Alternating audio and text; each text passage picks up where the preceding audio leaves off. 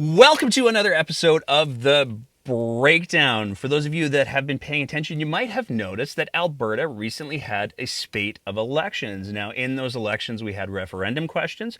We also had municipal elections. But what we're here to talk about today, in some capacity, is the school board trustee elections, because we saw a level of engagement with the school board trustee elections that we haven't really seen in a long time.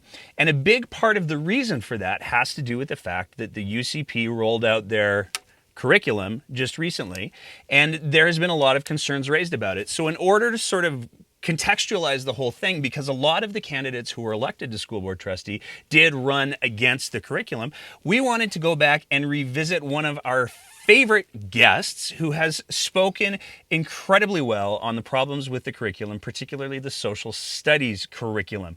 Dr. Carla Peck is a professor of social studies education at the University of Alberta, and she is currently on sabbatical, but she's still continuing with the advocacy work, and we are incredibly grateful to have her join us today. Dr. Peck, thank you so much for coming back again.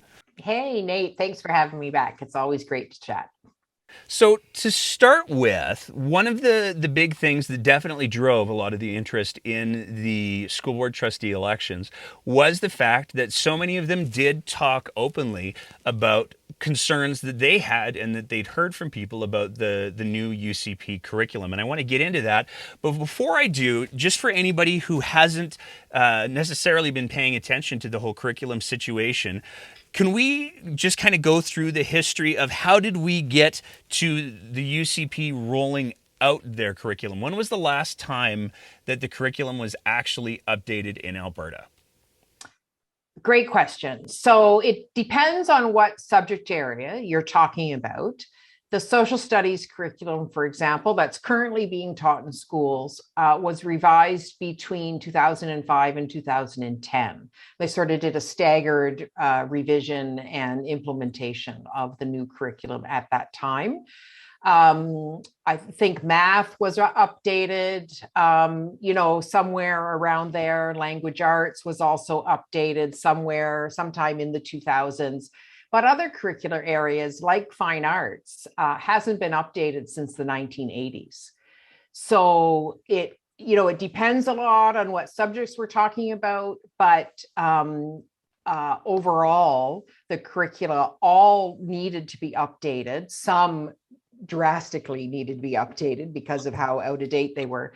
But all of them really, it's important to refresh curricula, frequently because new information is learned, our society changes, and new ideas about teaching and learning emerge from the field of education. And so it's regardless of whether it's 2005 or 1989, it's always important to keep the idea about revising curricula sort of on the front burner, knowing that nothing will ever be perfect and something will be out of date the minute you implement something, because that's just the nature of life and the nature of education. There's always new things being learned, but yeah, we were definitely overdue, especially in some subjects. Well, to your point, I mean, even looking at just the social studies curriculum, which is the bulk of what we're here to talk about today, on a conservative estimate, we're looking at a curriculum that's at least 10 years old. And I think that we even saw over the last year with people's shock at the I can't call them discoveries, the location of so many victims of residential schools. There were so many people who were unaware that that was part of Canada's history. Those are people who went through the education system, some of them graduating even 5 years ago. So I think it definitely speaks to the need for constant updating, because we're learning about our own history in many ways as we go.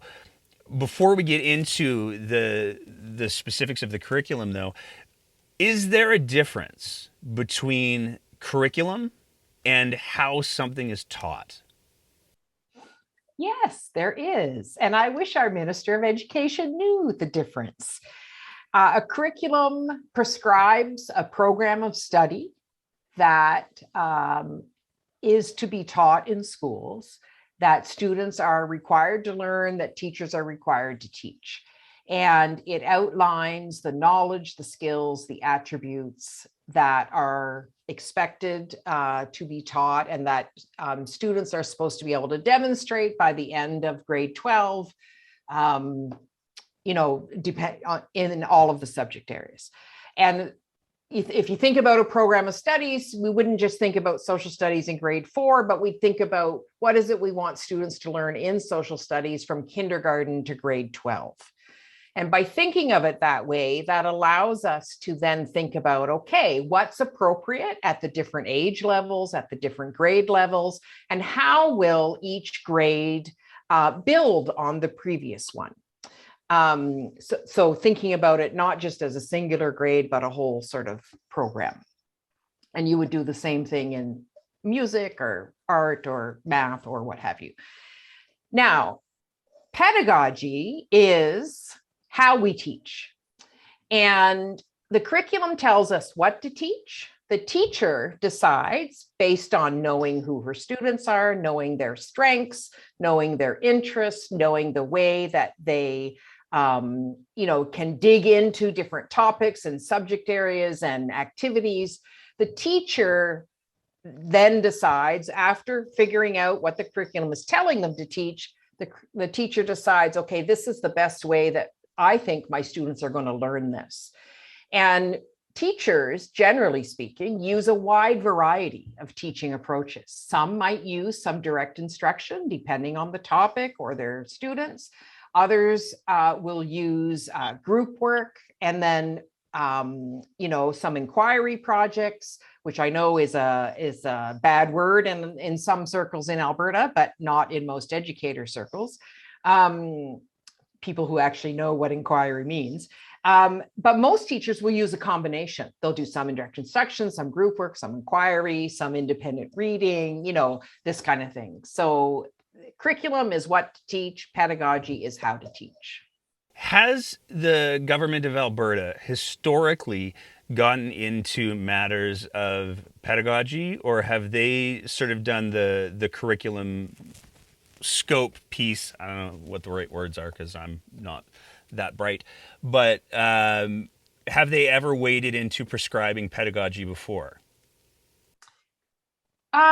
Let's say in the last 50 years, because human history goes back a ways. If you look at the 2013 Ministerial Order on Student Learning, which was brought in when Jeff Johnson was Minister of Education, it explicitly said in that Ministerial Order on Student Learning that inquiry was an important part of student learning, that to develop students as, to have inquiring minds. And so while that didn't specifically say to teachers, you must, use inquiry, it certainly emphasized the importance of students not just becoming memorizers of information, who then regurgitate that information out on a test, but people who actually become interested in things, who learn how to do research and investigate things, whether it's what's the best video game platform they want to ask their parents for Christmas, or what's the best waste treatment plant that the city should have, for recycling and waste management and all that sort of stuff. That in order to make decisions about these things, you can't memorize that stuff and say, okay, here's everything there is to know about Xbox and Wii and these platforms and all this sort of thing, and then not make a decision because you haven't figured out how to weigh those differences. An inquiring mind says, okay, what's the question I want to answer? The question is, what's the best video game platform? I need to research all the different ones and figure out criteria to make a decision about which one I'm going to say, please, will you get this for me for Christmas?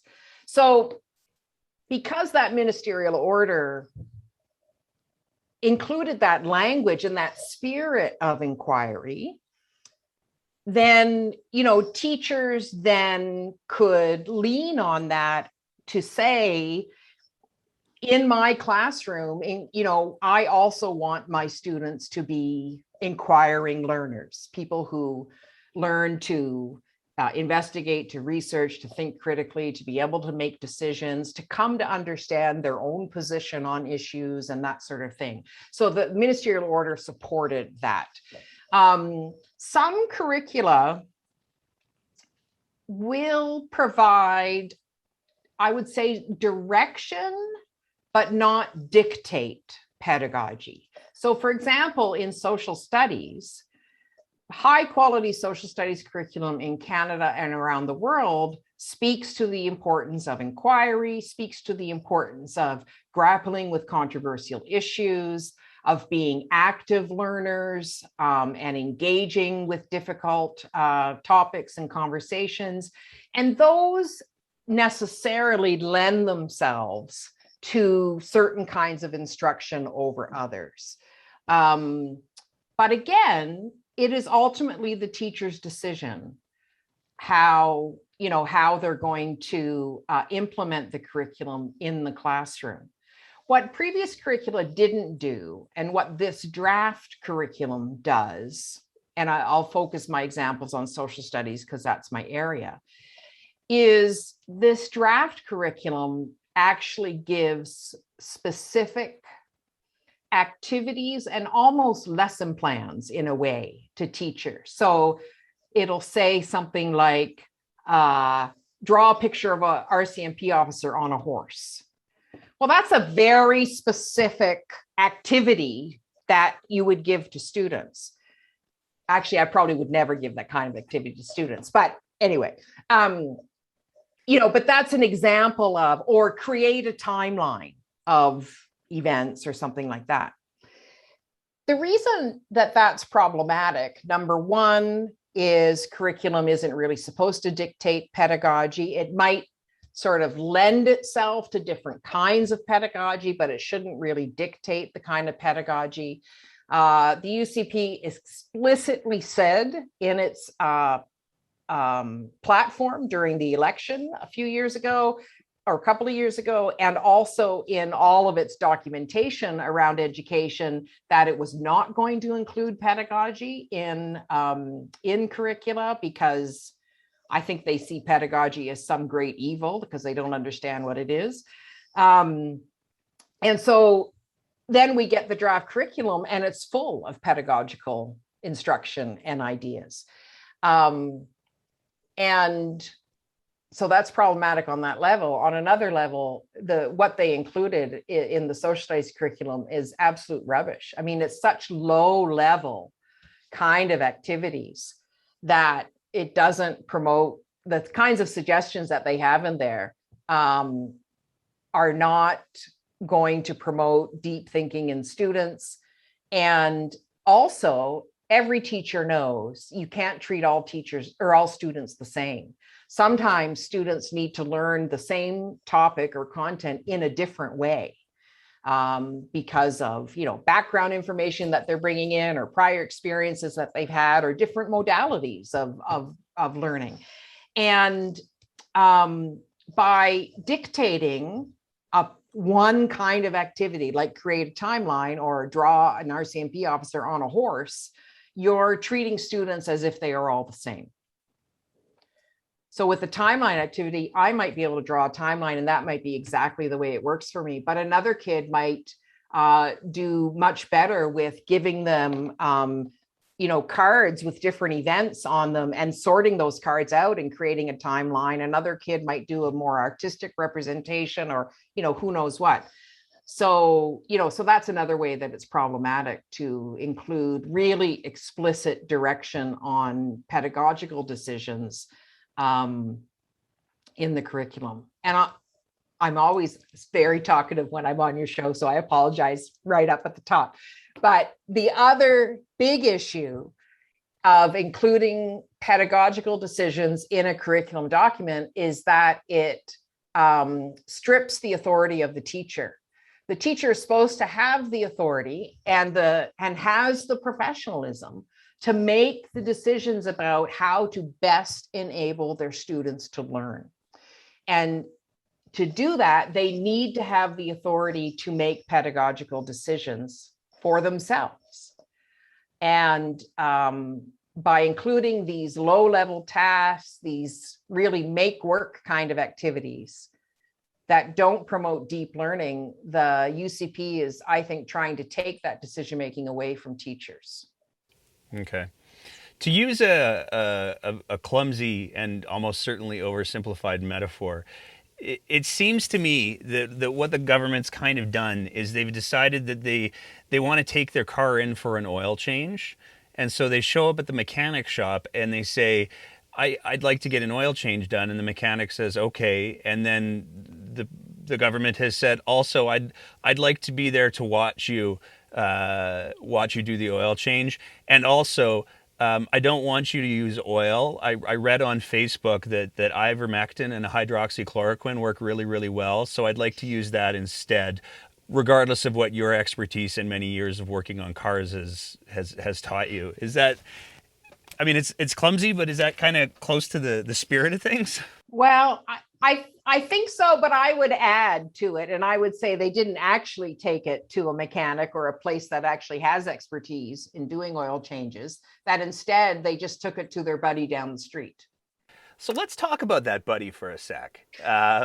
Because this is another big part of the concern that a lot of people have voiced regarding the curriculum, in that, especially the social studies curriculum, in that it was by many reports almost singularly produced by I'll use the word problematic figure in the conversation of Canadian history.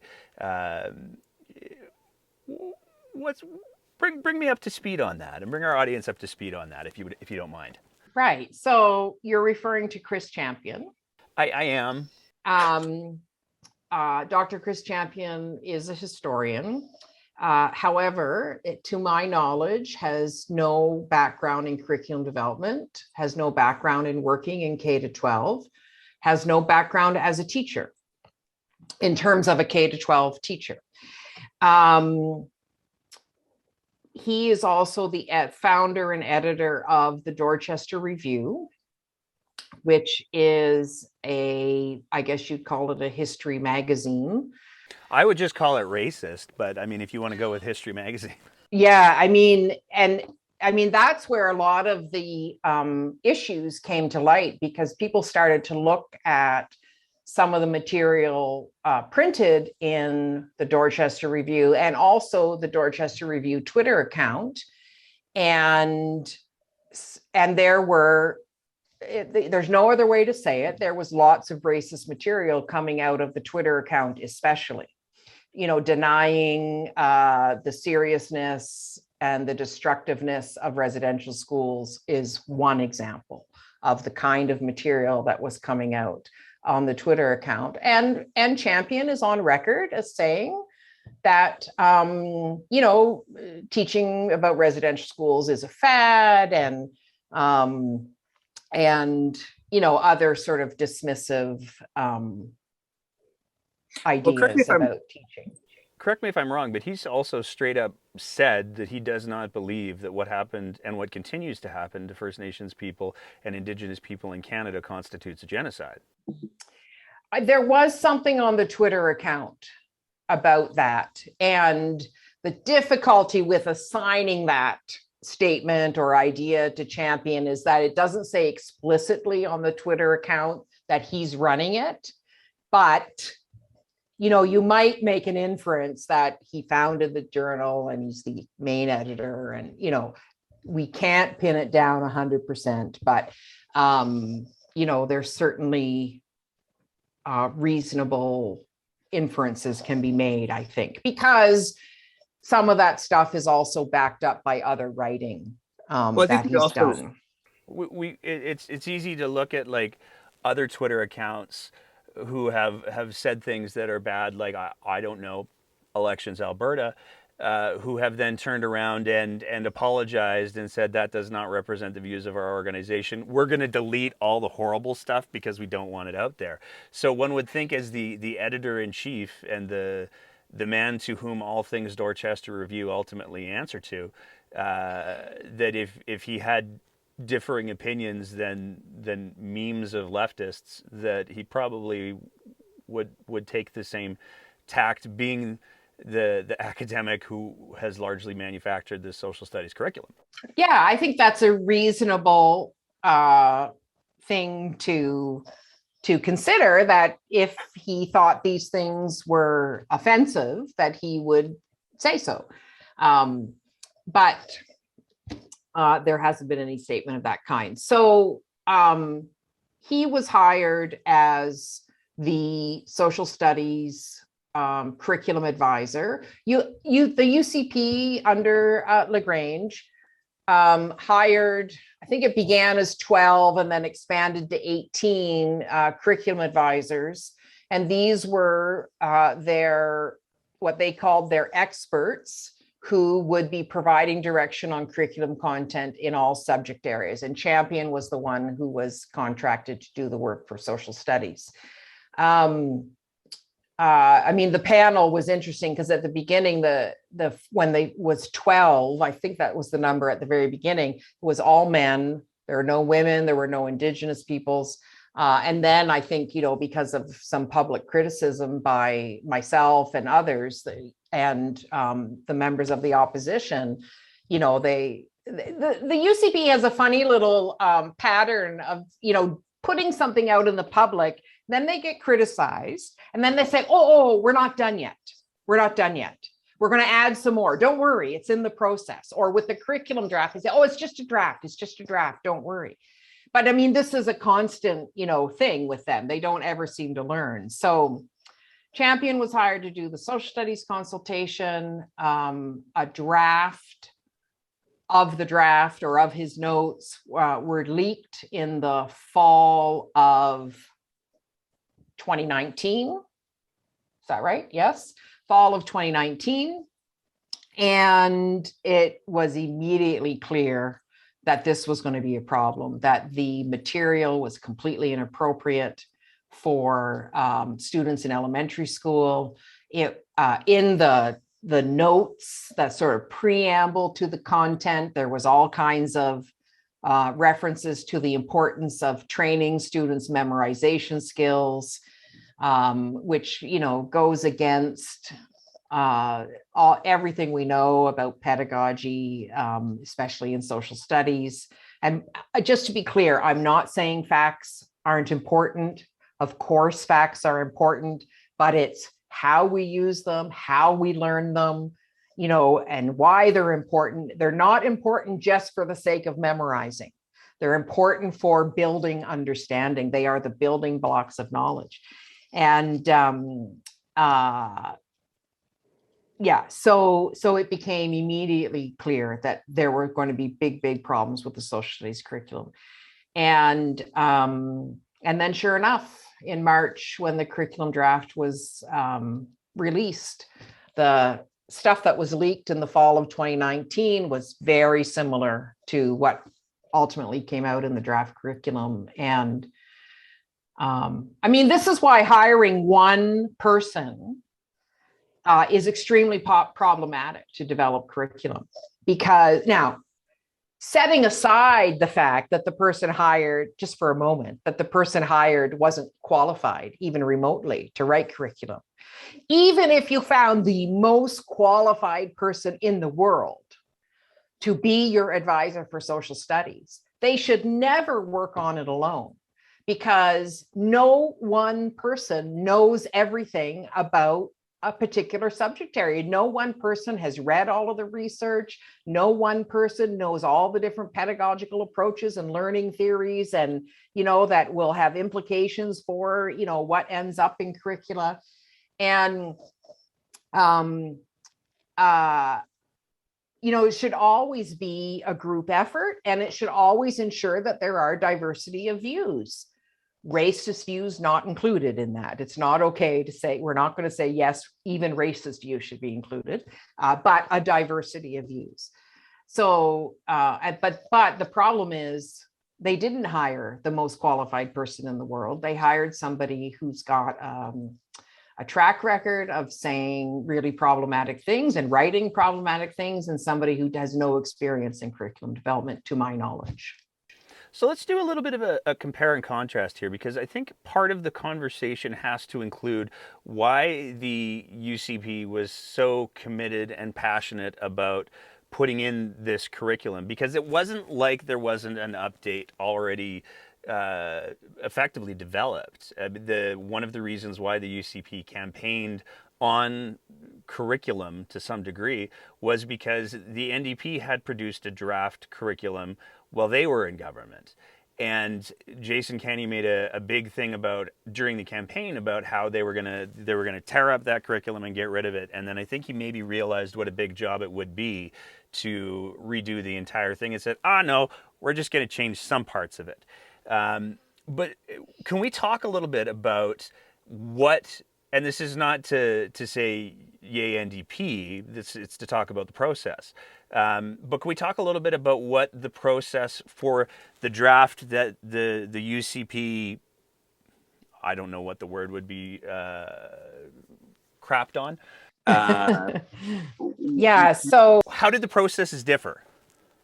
well, to talk about that, we have to go back to 2010, because in 2010, Dave Hancock, then Minister of Education, under the PCs, Progressive Conservatives, began a consultation process called Inquiring Education. And staff members at Alberta Education went around the province and held roundtable discussions, town halls, community talks, you name it, to get input from Albertans, everyday Albertans, anyone who wanted to contribute on what should the priorities be for education K-12 for Alberta, and what should be our vision for Alberta in 2030? Where should we be?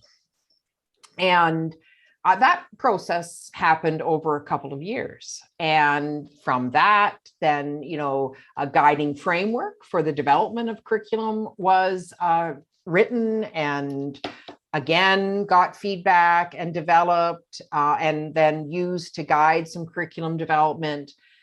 And then in 2016, the NDP were now elected. They picked up that baton from that process and kept it going. And they actually kept the ministerial order from 2013 and said, yeah, we're good to go with this. It's fine. We don't feel any need to, impose a different one on the process. And we're going to build on what started in 2010 and go from there. And so they struck a number of committees. They would have definitely, being new in government, would have reviewed all of the work that was done previously, and then struck a number of committees. They struck what they called curriculum working groups, and then teacher and educator focus groups. And the curriculum working groups were groups of between 50 and 60 people for every subject area. So 50 and 60 for math, 50 or 60 people for science, 50 or 60 people for social studies, et cetera, et cetera. The majority of which were teachers. There were a few university professors there who were either experts in curriculum and instruction, or were subject matter experts, like people who were biology professors or history professors or what have you. There were a few representatives from the ATA. So the ATA was a partner in the process, but by no means dominated it. By and large, the majority were teachers on these working groups. They did the work of writing the curriculum. They started out by saying, what should these subject areas even be about? What is the purpose of learning social studies? And had lots of discussions about that, and then sort of wrote a 3 or 4 page document outlining, this is what we believe social studies should be and what it should do and why it's important for students to learn. They did that for all the subject areas, because if you don't understand the purpose of what you're teaching, the overall broad goals of social studies, it's very hard to plan curriculum that flows from that, because you don't actually know where you're going. after they finished that, they then started working on some overarching sort of guiding questions and overarching learning outcomes that, by the end of grade 6, and actually they were working on K-4. So excuse me, this draft thing goes to grade 6. So by the end of grade 4, what would we want to see by the end of middle school or junior high, and then by the end of high school? So they got to work doing the really nitty gritty work of trying to shape a program of studies, a curriculum for the various subject areas. The teacher and educator focus groups, and full disclosure, I was on one of those groups for social studies.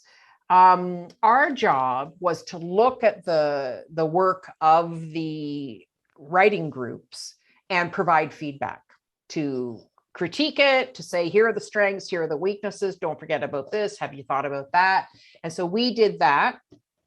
And it was a iterative process. So they would do some writing, we would look at it, we'd give some feedback, and then they would go and work on it again some more, and we would look at it again, and it sort of went back and forth like this.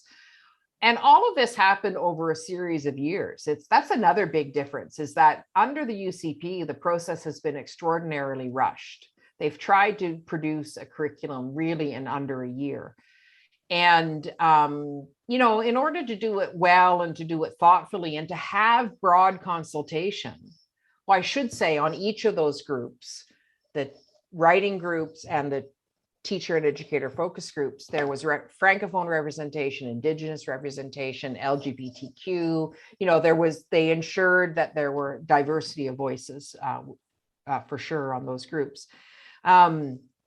So, it took time, and it takes time when you're asking for feedback and, and trying to figure out what to do with all that feedback, so it wasn't rushed. And some might even say maybe it could have gone a bit faster because it seemed like, it was taking a long time. But at the end of the day,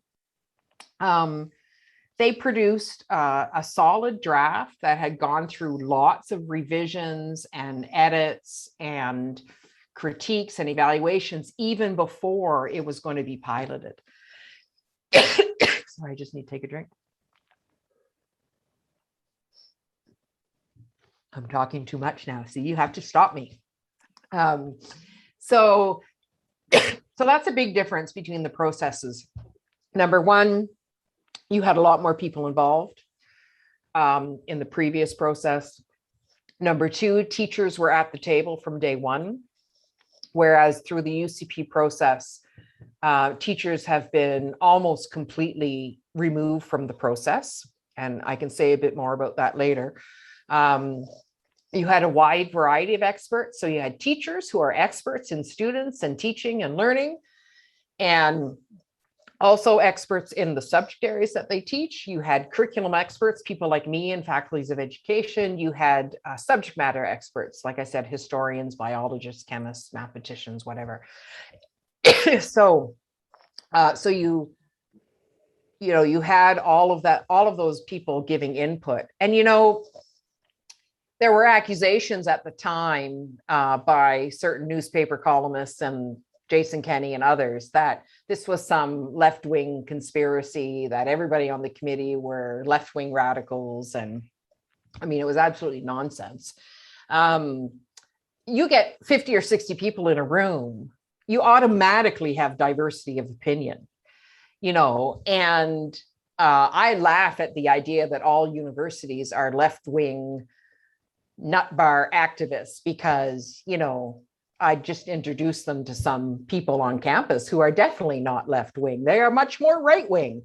And then lots of people who are sort of right in the middle. So this idea that there was some conspiracy of, an army of left wing nut jobs doing this was completely unfounded and really disparaging to the people involved. Would it be fair? I love my metaphors. So lay it on me. Run with another one. Would it be fair to say that in 2010, when the PCs started this process up, they said, you know what we're going to do? We're going to build a skyscraper. And they started the process of building the skyscraper. They had engineers, they had health and safety, they had architects, they had plumbers, they had electricians, the full nine. And Jason Kenney came in 2019 and said, "You know what? Blow it up. I know a guy." Is Yeah. that I mean, so again, I'm going to like add to your metaphor. This is good. We're generative here. So I would even say that in 2010, they hadn't decided on a skyscraper yet. They were asking Albertans, what do we need? And then once they figured out what do we need, then they got the people together to build whatever it was they want with skyscraper, maybe, but maybe it was a skateboard park or maybe it was something else, right? But they got to Albertans and provided opportunity for Albertans to give that input. Jason Kenney didn't only blow up whatever was built. He came in and said, that's not what you need at all. I know better than what you say. You silly Albertans, you don't know what you need. I do. And so I'm going to do it. And I'm going to get this guy to do it. I don't care that there are all these qualified people around the province. Doesn't matter. I know somebody better. And that was the approach. you do make my metaphors better. You get me started. You get me started. So let's get to the ignoring the fact that the design of the thing is arguably fatally flawed, and ignoring the fact that it is prescriptive. Why does it, in your opinion, why does the new curriculum suck? Well, where do I start? Okay, again, focusing on social studies. It is completely inappropriate in terms of the developmental capabilities of children in elementary school. And what I mean by that is it's not that children in elementary school aren't capable of sophisticated thinking and projects and that sort of thing, but the kinds of material that this draft curriculum includes is so far removed from children's experiences that they would have difficulty making any connections to it whatsoever. So, for example, learning about Genghis Khan in grade 2. Grade 2 is really the grade that stands out because they have to learn about, they're expected to learn in grade 2, as the curriculum is currently laid out, the draft, about 2,500 years of history for a 7-year-old. So, or an 8-year-old. So, so just on that level, it's really inappropriate. It's got way too much content. So there's way too much to try and teach in a school year. And that's where having teachers involved can really help us think about, okay, what's manageable? What's realistic for kids to learn in a day, in a month, in a term, in a year, and not that you want to, again, you don't want to make it so wishy-washy and watered down that it's just kind of, let's just kind of coast our way to the end of the school year. Not at all. But you do need some sense of what is reasonable and, for students to be able to do. So it's developmentally inappropriate. There's way too much there. Social studies is supposed to be comprised of lots of different disciplines in the social sciences. So history and geography are the obvious ones, but also social studies draws on anthropology, archaeology, sociology. It draws on law, it draws on economics, and so on. There's always those pieces in a social studies curriculum. And on the surface, it looks like this draft curriculum has history, geography, economics. I think it has a section called culture, something like that. And then it has a financial literacy section, which is a new addition. And I guess they've plugged it into social studies because they didn't know where else to put it. But anyway, it's hard to really see the connection. I mean, financial literacy is important, don't get me wrong, but it just feels kind of shoved in. Now, so on the surface, it has those different areas, if you like, of the social sciences. But when you actually read what's written in each of those areas, it almost all reads like a history curriculum. It's all it's all historical content. It doesn't really read like a curriculum. So for example, in financial literacy section, I think it's in grade 5, they want students to come up with a business plan for building the Canadian Pacific Railway. So number one, students might not have any knowledge about the Canadian Pacific Railway.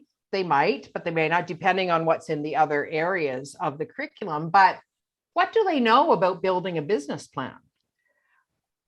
And especially for something as complex as building a railway, which involves, oh, by the way, bringing in immigrants under the Chinese head tax, paying them only $1 a day, lots of racism, lots of death kind of thing. So how are we going to get kids to even think about that? Never mind build a business plan around it. Importing steel and, all of the stuff that you'd have to do to build that. I don't even know, that you'd have to do to build a railway. Why instead why wouldn't we have students build on something in their lives where they develop a business plan to operate a charity for something in their community, or they've seen noticed in their community that there are some people who are without housing or need winter coats in the winter, or they want to clean up a park or whatever it is, and they could build a business plan around that. That would make much more sense, and students would be so much more able to connect with that, and it would actually be meaningful, because it would result in a real outcome for them. They could actually implement their plan, to clean up the park or to buy winter coats or whatever. So developmentally inappropriate, way too much content. It has on the surface all these different segments of the social sciences, but actually is just a history content throughout. It's full of racist and really inappropriate material on that basis alone. So it has kids in one grade, the upper grades of elementary, learning the slogan of the Ku Klux Klan. Supposed to be in the context of learning about racism against persons of color, and especially African Canadians. Now, from a history education perspective, there may be some benefit to having students work with a range of primary sources that reveal racist attitudes, or help understand where racist attitudes came from. But the way it's written and one of those primary sources might be this song or slogan, right, from the Ku Klux Klan. But the way it's written in the curriculum, it's like, teach the students this slogan, right? Have them learn the slogan. That is not the right way to do this. It's analyzing it as a primary source is very different from, okay, let's everybody learn this slogan. And just imagine, if I can't even imagine it, but I'm trying to imagine what it would be like if you're a student of color in the class, and now, okay, everybody, we're going to learn this now, right? So some really problematic content on that level. There's been lots of criticism about how religion is included in the curriculum. Now, I personally believe, as somebody who has studied teaching and learning about diversity, and especially ethnocultural diversity, learning about world religions helps to break down barriers and help students develop understandings about people not like them. But again, it's about the way that it was included. It was about the prioritization of Judeo-Christian religion over other religions, and teaching Bible verses in some places. And I mean, it's just so bad on so many levels. The other example I'll give, and this is, I was going to say the most egregious, but they're all terrible, but this one's really bad, is how Indigenous content was included in the curriculum. It seems very, very clear to anyone really reading the draft document that a bunch of content was written down and said, this is important, this is important. And, oh yeah, right, we better include some Indigenous content. So it's tacked on the end. Very little consultation with Indigenous peoples. It's the same way that teachers were treated as, I think the same way that Indigenous peoples were treated in this development process, is that they were not involved, teachers nor other groups were not involved from the get-go in writing the curriculum. They were given a document and say, okay, now you go and read it and tell us what you think. Well, by then it's too late to fix it. And there have been many, many, many Indigenous groups, experts, elders, communities that have come out and said, this curriculum is crap. It does not reflect Indigenous knowledges. We were not consulted. And if we were consulted, it was after the fact. And one Indigenous leader now even said he felt like it was a token exercise to get his consultation. So, Nate, there are so many issues with the social studies curriculum, but I'm kind of out of breath from enumerating those ones. So my favorites, I go back to my two favorites, because I mean, all of the things that you have mentioned are absolutely critical, and I think that anybody who looks at it from a critical thinking standpoint goes, "Oh yeah, that's a problem." But there's stuff that they just got wrong. Yeah. I go back to Duck Lake, Alberta, Right. and Regina, Alberta. Right. That's one of my favorites. But the best one for me still remains Find Gravity on a Globe. That will right. I mean, I don't know. I have a coffee mug with both of those things on it. I should have had it ready for this podcast. No, that's exactly right. So that's, how could I have forgotten? Of course. So it's full of mistakes. And an expert at the University of Calgary has determined there's also plagiarized content. Yeah. So, like, what are we telling our children and our parents and our families in Alberta when we say, oh, well, it's plagiarized, no big deal. And doesn't matter if the information's wrong. We're going to work that out in the draft when we're piloting it. No, you don't work that out when it's in classrooms and that students are actually going to experience those mistakes. You have to have that stuff worked out before it gets to a classroom. But again, this is another reason why having one person involved is hugely problematic, because you don't have those kinds of checks and balances, and you don't have somebody saying, are you sure Regina is not in Saskatchewan versus Alberta? Well, and I think it also calls into, to some degree, it legitimately calls into question the level of expertise that was brought to bear in the development of it. Simply without because question.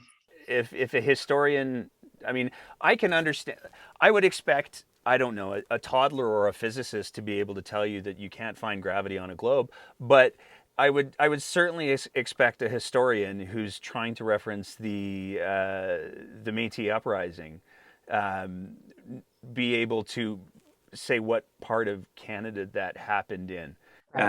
And so the fact that even that fundamental historical fact was incorrectly entered into the curriculum, I think speaks to what a dumpster fire it is. Oh, absolutely. Absolutely. And I mean, that's just one example of mistakes. There are lots of other ones. And, the UCP are so shady. They released the draft March 29th. Right away, people started to see issues with it. And we're putting it, Twitter, Facebook, TikTok, they're like, can you believe this? And showing examples of where the problems were. And then it was discovered that because there was an online platform where you could view the curriculum just online, if you didn't have to download a PDF unless you wanted to, you could get a PDF, but it wasn't easy to find. They're so shady that they were starting to edit the online content, even while they were supposed to be collecting feedback.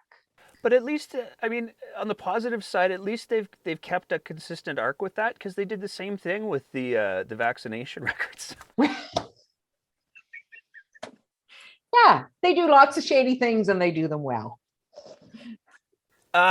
So let's get to the today part of the conversation, because one of the conversations that occurred a lot around the whole voting thing that just happened had to do with the fact that many people interpreted the vote, the lackluster performance on the equalization vote, to be a referendum on Jason Kenney. I would actually challenge that notion and say, if there's anything that's a referendum on Jason Kenney, it would be the incredible pushback on the curriculum. Because as I mentioned at the beginning, overwhelmingly, the new trustees who were elected were people who campaigned against the curriculum. So if there's anything to be said, if you're going to draw any results out of this thing, to me, it would be, boy, people really don't like the new curriculum. So what do you see as the next steps to prevent this? I'll go ahead and use the word abomination from being visited on our kids. It was incredible to see the mobilization that occurred before the election around the curriculum and the election of school board trustees. Mobilization about the draft curriculum started almost immediately when the draft was released at the end of March. There's a 40,000 member Facebook group, and Support Our Students, mobilized, and all kinds of groups mobilized against this, and letter writing campaigns, and all, lawn signs, and you name it. So because of all that was already in motion, when the municipal election came up and the school board trustees started to put their names forward, people were ready to really ask questions about what's your stance on the draft curriculum. And school board trustees, people who put their name forward, had to be ready to provide an answer. And if they didn't provide an answer, for a lot of people, that wasn't good enough. That wasn't going to be satisfactory, that they needed to take a position on, the draft curriculum. And you're absolutely right. In Calgary and Edmonton and in other places across the province, by and large, the people that were elected to the school board trustee positions are people, particularly in the public school districts, are people that oppose the draft curriculum. So I agree with you. To me, that speaks to an assessment of Jason Kenney and his approach to education. It's a big fat, fail F to Adriana LaGrange, who quite possibly the worst education minister Alberta has seen. I think there are some other contenders, but in my time in Alberta, let's say. So I think it was exciting to see that level of engagement, because I think that sometimes school board trustee elections kind of fly under the radar. I was never sure how much people paid attention to them, but this year people were really paying attention. So what does that mean going forward? One thing that I think it means is that for all of those school boards that already took a stance on the curriculum, under the previous board compositions, the newly constituted boards, I think, are going to need to reaffirm the position that they take on the curriculum, because it would be too easy to say, oh, that was just the previous board. We've got a new board now, so maybe they don't feel the same way. So, and if there were boards who did not oppose the curriculum, they're very few. Something like 58 out of 61 boards refused to pilot it. Some of those boards cited COVID as the main reason, because schools, teachers were under too much, there's already too much going on with COVID. That this would be an opportunity for those school boards to say, it's no longer about COVID, it's about quality. It's also an opportunity for some school boards have done really in-depth reviews of the draft curriculum.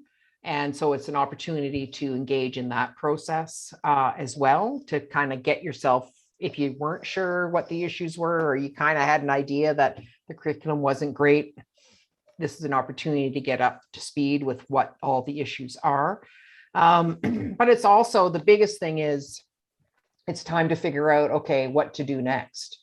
The school boards we've seen during COVID that school boards can have a lot of power in advocating for their students, protections for COVID measures, and this sort of thing, and more supports for students when people had to learn from home and all that sort of stuff. But so they can have a strong advocacy role in really fighting for the rights of parents and students to have quality education by, communicating with the Minister of Education, lobbying for a better curriculum, this sort of thing.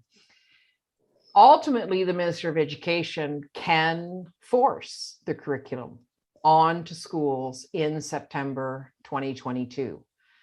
And in my mind, the UCP has shown no signs of relenting at all, despite the massive outcry that we have seen, and sustained outcry. That's the other thing. It started March 29th when the curriculum was released to the public as a draft, and it has continued.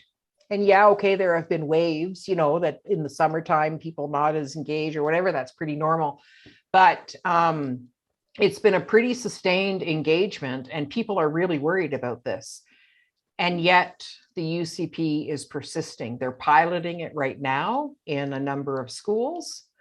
There haven't been any resources developed to support the curriculum, but we keep being told, don't worry, it's just a draft, we're going to make it better, we're going to find resources. So I think school boards and trustees in particular are going to really have to figure out, okay, do we work alone as one school board? Do we try and coordinate with other school boards to communicate our message? Would that be a stronger way to do it? My personal opinion is that LaGrange has no interest in actually listening to the feedback. Or so, some people might say, oh, well, let's try and work with the Minister of Education to try and make the curriculum better. Well, I don't think she wants to listen. I don't think she cares to work with other people. She's getting orders from Jason Kenney, and the orders are put this curriculum into place. And so that's what she's doing. So I personally, I don't think I'd waste my breath trying to, find a way to work with the Minister of Education, because she's demonstrated no inkling to want to work with others on this, particularly people who find problems with the curriculum. The other thing is, the reason I think that approach is ultimately flawed, this idea of, maybe we could work with the minister to make their curriculum better, is because in the case of social studies, it's fundamentally flawed. You cannot fix this thing by just editing it. It is broken from the ground up. And so it needs to just be thrown out. To use Jason Kenney's favorite phrase with the curriculum, it needs to be put through the shredder, and they need to start again, and they need to start in a good way by including many people at the table, including teachers who have been shut out of the process, except for being handed a mostly completed draft in December of 2019 before the release in March. That's the only way to resolve the issue in social studies. So yeah, they're going to need to figure out how they're going to work together. They're going to need to find out what the extent and limitations of the powers that they have with regard to curriculum. I mean, I think school boards have some ability to develop locally sourced curriculum. I don't know to what extent that extends, could they just supplant it? I don't think so, but it's going to take a really coordinated and well-planned effort to try and stop this thing before it's implemented and imposed by LaGrange in the fall of 2022. So for parents or grandparents or aunts and uncles, or even for kids, because I think that's really important to highlight as well. There are a lot of kids who have come forward and said on social media or through other forums that they are not happy with the curriculum. For those people who want to keep momentum going and who want to make sure that our kids get the curriculum that they deserve. Is it reasonable to tell parents that they need to ask school boards and the new trustees to reaffirm their positions, to demand to know how they're going to work to make changes? And then on a more, I guess, based on the last couple of days note, over the last couple of weeks, we've seen an increase in UCP MLAs. I'm going to go ahead and use the word stepping out, or the phrase stepping out, because that's two words.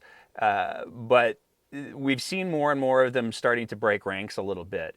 Do you think that there's value in making sure that the UCP MLAs who are kind of self-identifying as not being entirely on board with how things are going with this government, making sure that parents get in touch with them and say, hey, you've given me a sliver of hope here that you might be a rational human being and not a demagogue. Please help. Yeah, so to your first couple of points, yes, I think it's important for not only family members, but also the community at large. Whether you have kids or not, this matters because curriculum is about designing Alberta's future. It's the education that our children get now determines the kind of future that we're going to have in 15, 20 years, because they'll be entering the workforce, they'll be, become entrepreneurs, inventors, designers, artists, whatever. And so this matters to everybody, whether you have kids or not. And so I think it is important to get in touch with school board trustees, to ask them as individually as a board, what are they going to do about the draft curriculum? Encourage them. I think it's important that they reaffirm their stance because of the fact that it's now a newly constituted board, and that, as I said earlier, the previous board's decision or stance could be sort of dismissed. Oh, well, you don't feel that way now, kind of thing. So to reaffirm where they're at with their draft curriculum. But also, I think it's really important for those of us in the community, whether we're parents or grandparents or aunts or uncles or whatever we are, to also ask school board trustees, what can we do to support you in your efforts? Because I think it's going to take a huge uprising of the population in Alberta. And I'm not saying go get your pitchforks or anything like that, but like a huge mobilization of people to continue saying this curriculum is not suitable and is not of the quality that our children deserve. And you need to do better. Government works for us, not the other way around. That is not certainly how the UCP seems to approach it, but I think continuing to lobby, to pressure, to write letters, to make phone calls, will it eventually get through to some people? I don't know, but I will give a shout out to Tracy Allard, who several months ago wrote a letter to Minister LaGrange after meeting with constituents, who were concerned about the curriculum. And she wrote a detailed letter saying, these concerns are important and they're serious, and perhaps we need to slow things down. Whether the minister listened or not is a whole other question. But that took courage to do. And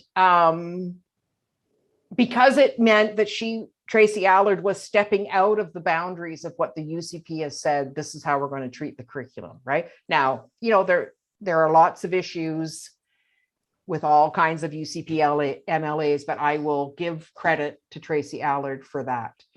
And I think we should give credit for that, because lots of other MLAs, UCP MLAs, are writing form letters. And they're cutting and pasting from a master document that clearly has been provided from Alberta Ed. And, put this paragraph here, put this paragraph here. And the reason I know that is because the people who are writing in that Albertans Reject Facebook group, which has more than 40,000 members, they're posting the letters they get back from their MLAs. And you can see they're writing to different people, but the letters are essentially the same. And I've had that exact same experience. I get very detailed feedback and I get very generic cut and paste responses. So I think we have to tell our school board trustees we're expecting them to take a stance on the curriculum and to work to make sure that this curriculum never gets implemented. We also need to support them, whether that's finding information, organizing information sessions, whatever it might be. In the spring, I had parent groups invite me by Zoom. Can you come talk to us about this curriculum? That's a fairly simple thing that you can do. And there are people around who are willing to talk about this and share their expertise. Certainly not just me is worried about this. Lots of people are worried about this. So, those are the other kinds of things that people can do, but also school boards could do. They could organize town halls. They could organize information sessions. They could organize a review and critique of the draft to inform their position. They're also going to have to figure out what are the limits of their powers. And then, given those limits, what can we do? I just want to go on a little bit of a tangent here that you've opened the door for. No, I think it's a very, very important conversation that a lot of people need to have, and it has to do with the fact that you just gave props to Tracy Allard. One of the things that I think that we're seeing, and I would argue that part of the conversation is bumping into, is the fact that this government has done such a good job of doing such a bad job at so many things that there's a lot of people who are entirely justifiably very, very angry. And Allard is a great example, because a whole Hawaii trip. Yep. And exactly. She's certainly done, as many other UCP MLAs have, she's done a very good job of disappointing people. But one of the fascinating things to me is that we have seen on a couple of occasions UCP MLAs and ministers trying to separate themselves from the greater pack. And regardless of what the motivations are, whether it's political survival, whether it's potential leadership, to me, if somebody does a good thing, you can say, well, that one thing you did was good. Thank you for doing that one thing. And it doesn't in any way absolve people of all of the bad things that they did. But I worry that if we take such a cynical approach to these conversations, that we are going to entirely write off the people who have the ability to potentially influence the outcome of some of these things. If we just say, screw you no matter what, mm-hmm. I worry that we're potentially giving up a big bargaining position. And this is why I say, to me, one of the things that I would like to see people doing, because I think that it would have real value, is remembering that as misguided and wrong as a lot of these MLAs and ministers all too often are, they're still human beings. And I think that there's value in if somebody takes a risk, I mean, I think of Leela here this last week, and for context, we're recording this episode on October 28th. But just yesterday, she stepped out in a very big way. And it's not the first time that she's done it. And there's a lot of people who have said, well, but she's so performative that it doesn't mean anything. And that, to me, there's no question that she's performative, but she's still doing a hard thing. And regardless of what the motivations are, if that helps to drive the conversation in a way that gets some positive change, I just wonder if maybe there's certain groups that are too quick to throw the babies out with the bathwater, and I'd love to hear your thoughts on that. Well, it's very easy to be cynical in Alberta, especially right now with the state of politics. And believe me, there is no love lost between me and the UCP at all. I mean, there have been coordinated Twitter, I don't want to call them attacks, but, messaging about me. And even if I'm not named, if I'm the only one speaking out that day, it's clear who they're talking about. And, so there is no love lost there. And like I say, it's easy to be cynical, but I do think in the case of this letter that Tracy Allard wrote, I read it. It was detailed. It was thoughtful. She had clearly heard her constituents' concerns, and she did not pass them off as, oh, this is partisan. You're only saying this because you don't like the UCP. She understood that these were real concerns. And I think that's I think that's why I gave her a shout out, because, she's probably the only one that I can think of that has actually done that. Everybody else has given a form letter and or said, the only reason you're saying that is because you don't like the UCP. And that's too easy a way to dismiss concerns. It means you don't actually have to engage with the concerns. You can just dismiss me because you think I don't like you. And that's not, for me, this is not, even though there's no love lost between me and the UCP, this issue of curriculum should not be a partisan issue. This is about quality education. This is about the future of the kind of society that we want to see in the future.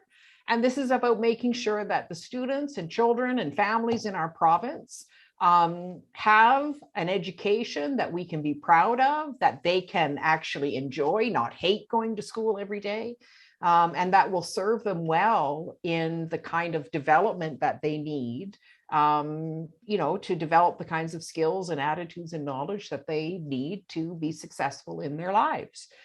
And, I had critiques of the process under the previous government too, that I was able to communicate to them and in meetings and, had meetings with folks at Alberta Ed. I said, I'm not quite sure you're getting the social studies right. There are some issues, particularly around teaching historical thinking, that I have concerns about. So it's not like, I'm in love with one side of the political spectrum and I, hate the other side. And that's the only thing driving me when I'm speaking out about the curriculum. It's about quality. It's like I actually do know what I'm talking about on this tiny little sliver of curriculum. There's lots I don't know about, but don't ask me about mechanics, don't ask me about mathematics, but social studies, I'm good, right? I can speak about this sort of stuff.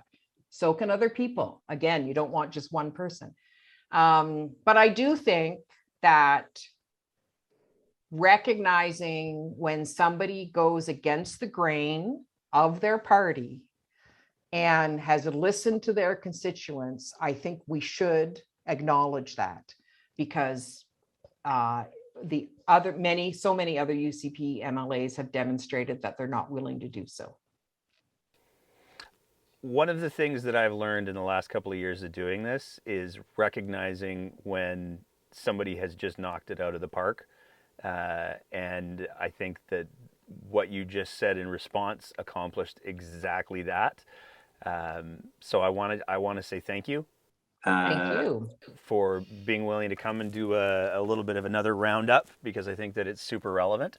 I want to say thank you for your passion on this issue, and I think I would be remiss if I didn't highlight again that your you're supposed to be on sabbatical. And yet here you are fighting for a quality curriculum for kids. And I think that deserves I don't know, a medal of some kind. You just buy me a chai latte the next time we see each other. Done. Next time I come up to Edmonton, I will find a way to get you one. Thank you so much again, Dr. Peck. I really, really appreciate it. It's always a pleasure to talk with you. We always have a good laugh here and there. But we also talk about really meaty, important topics. So thank you for your work doing that as well. Thank you. If you'd like to know a little bit more about the problems with the Alberta curriculum, as well as stay informed as to what's going on with the curriculum, an excellent website to visit is www.alberta-curriculum-analysis.ca. We'll put that link in the show notes, and we'll also put it up on the screen. And that's it for another episode of The Breakdown.